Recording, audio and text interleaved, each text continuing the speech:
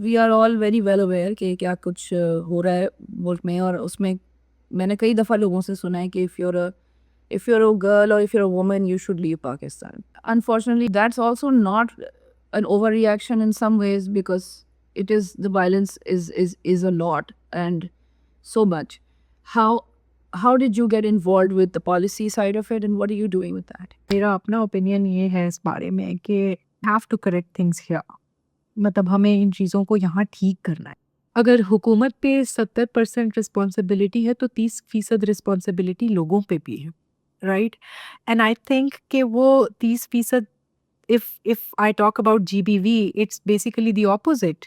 कि आपका criminal justice system का एक्सेस, उसके प्रोसीजर्स, उसमें फीमेल ऑफिसर्स का होना, आपके पास सोशल सर्विसेज की एक्सेस होना, वो सब कुछ बिल स्टेट की रिस्पॉन्सिबिलिटी है।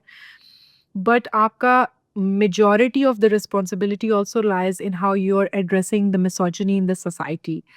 One. The second thing is कि मुझे अपने करियर के कुछ अरसे बाद इस बात का भी अंदाज़ा हो गया था कि if you really want to bring change, you have to work on the laws and the policies and the mechanisms, right? So initially I was working on the anti-rape ordinance rules and investigation का जो part था, committee की member थी, so I helped draft that. But right now what I'm working on is technology facilitated gender based violence, and I've just drafted the national strategy for Pakistan to address technology facilitated gender based violence. And it took us a year of advocacy to make the law enforcement, the legislators, the policymakers understand what the phenomena is and what needs to be done for women to have access. And I think the policy side of things requires as much, I'd say, you know, would require for us to fix that part of things as well, as much as we are doing work on the ground.